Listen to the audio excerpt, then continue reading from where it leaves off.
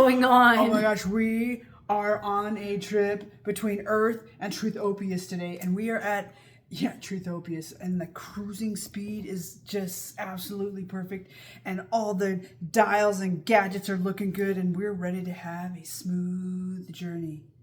You ready to go into hyper cruise? Yeah, let's do it. Because it's a long journey from Earth to Truthopius. Yes. You ready? Ready. All right. Let me find the right button.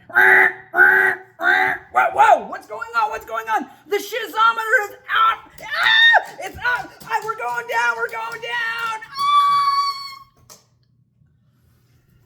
Ah! And that, my friends, is how it feels when we don't follow our internal guidance system. Or as we like to call it here, the internal rebel system. The internal rebel system. Bum, bum, bum. And it's that thing inside you that says, something's not right. It's those places where you say yes to something when inside you really, really want to say no. And then it feels so gross and it feels heavy and it's like, oh, you dread it and you procrastinate and then you just don't want to do it. or it's that place inside of you when you hear something, it doesn't land right. It hits a spot that you're like, wait a second, that doesn't feel good. That I don't know that that's landing, and we have that decision to make of like, am I going to go with this, or am I going to speak up, speak out? And maybe it's not even that you're speaking up in a group of people, but inside of yourself of like, am I just going to go with this, or am I going to look at the fact that this doesn't feel good? And where is that coming from? Is it a belief that I have that's no longer working for me? Is it a belief inside of a system that you're like, I actually can't go with that anymore? And then you start to practice this really beautiful thing called asking questions and getting curious and wondering, taking a look at that internal rebel system and that shizometer, and like, where is the feeling inside you on the shizometer? I think of places where people tell you things, or they're telling you about themselves, and it's instead of leaning in, you kind of find yourself leaning back, like, I don't believe a word this person is saying. Like, it's just a feeling something's off. And even I really appreciate that you said that, because it's that, for me, it's that space of like, it's not even so much that I don't believe a word that they're saying. It's a sense of something's not quite right about what they're saying.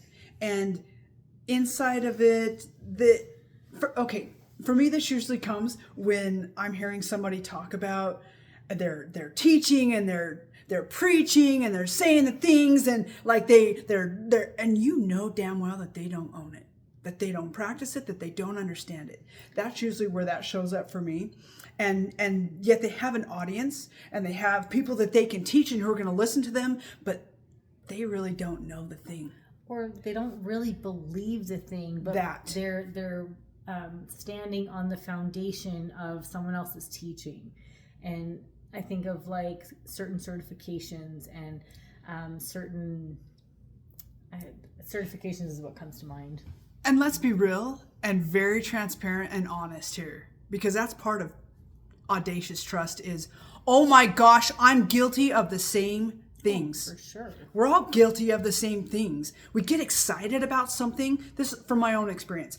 I get excited about a learning that just has really touched a place in me that I'm like, oh my gosh, that feels so true, or it's unbent something in my mind that I go, oh my word, and I want to get out and I want to teach it and I want to share it. But I don't really completely have an understanding of it yet, or I don't completely believe it yet. And so when you're teaching it, you're sharing and you're using words and you're saying things, and you know you're just trying to convince people because you want something from it. Well, and you're convincing yourself. And you're convincing yourself. And there's a difference when, again, speaking from my own experience, when I have an understanding and I'm actually practicing and living it, I don't need to convince you of anything. I can just say from my lived experience and what I've seen in my coaching and inside of myself is this is this and that is that. And when you practice checking in with your internal rebel system and you see where things are at on your shizometer, you have a guide. You have your own internal guide to go, did that feel good for me? Or did that not feel good for me? And if it did feel good, what are some steps in a similar direction that I can take to have that shizometer go down and to start feeling more comfortable inside yourself? And if it didn't feel good, what are some steps in a different direction that you can take that will raise that trust in yourself and that high vibe energy? So I want to address something here, because sometimes we can have that situation happen and there's something we can actively do about it, and other times we have a situation that happens and there's nothing we can do about it. Like it's gone and you can't go back to that moment and change it. So glad you're bringing this up. Yeah, but something else that we can do is, how can we reframe this and give it a different meaning? I'm drawing a blank for example in this moment, but just it could be someone taking something personally that happened between you and someone else, and or they didn't respond, or you felt like you were ghosted, but really they just maybe got caught up with a whole bunch of things. Like I think of I think it's Liz Gilbert, or maybe I'm thinking the wrong person. Giving people the most generous assumption of what their actions were, and that it's really not about you, but we're all going through our own stuff and we're not always thinking about everyone that's in our world. So I think, I don't know if it was Liz, but it's this concept of everyone's doing the very best they know how in any particular moment. It might not be the thing that's best for you, and that's where your internal rebel system comes into play, but giving them grace, and we'll talk about grace in further modules, but giving them grace to, and yourself grace, to trust that they're doing the best they know how to do, but you know how to do something different for yourself and to take those actions. Again, I really like this idea of reframing. There's so many places and stories. For myself, one of my biggest reframings was when I was a kid.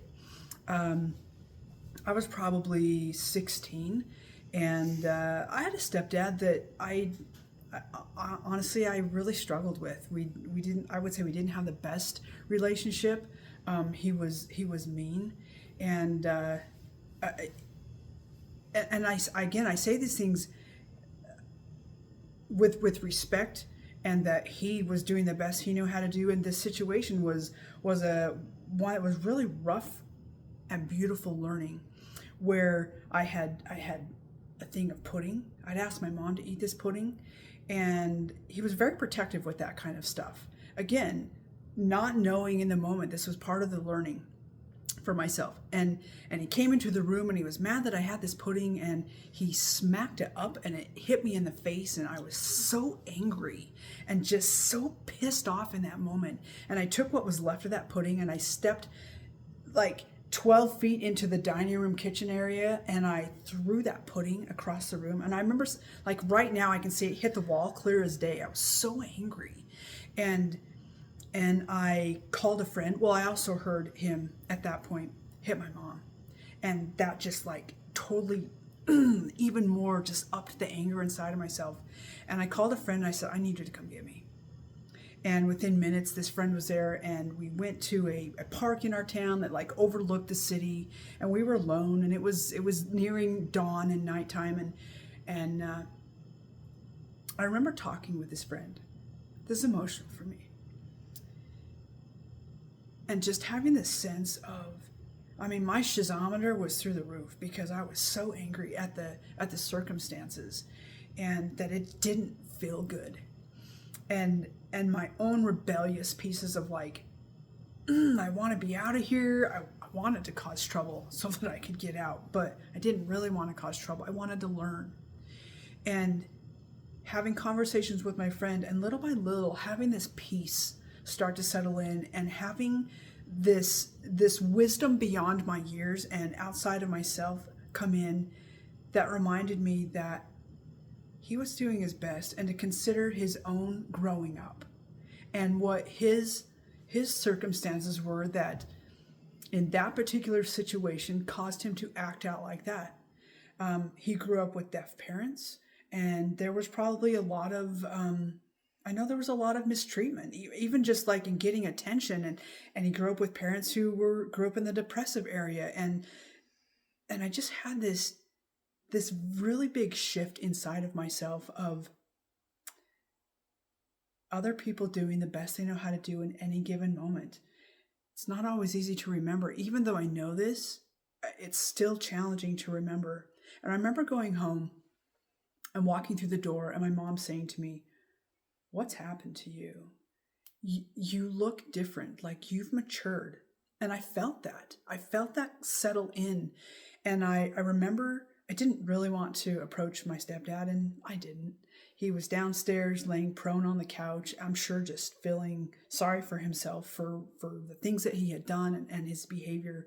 But I had this tenderness towards him, and I was actually able to forgive him for that. And to really question my own anger and to reframe what had happened in a way that just caused massive growth and changed how I looked at things moving forward in that space, which also helped my own trust in myself and trust in my shazometer, and listening to that internal rebel system that says something's not right. And I am not condoning the behavior. That is not right. But to reframe, like you said, like there are reasons that people act the way they act. You don't have to stay in it. But you also can trust that there are ways out of it that are healthy, and those things too also come at a cost. Well, and I think sometimes those things are like how it makes it so apparent that we have, so we don't repeat the behavior in our own lives, and that we are more mindful of how we interact with people, and so we don't perpetuate that cycle. I appreciate you sharing. Yeah, it kind of reminds me of our silliness at the beginning of this video of like when that stuff is going off for me, that in that particular story was the intense anger of like, this just isn't right, and it's so unfair, and the ship's going down, when in reality it gives us an opportunity to take a look and to reflect and to see what we want to do differently and what that trust and that difference looks like inside of ourselves. So I love it. Thanks so much for sharing. Yeah, thank you.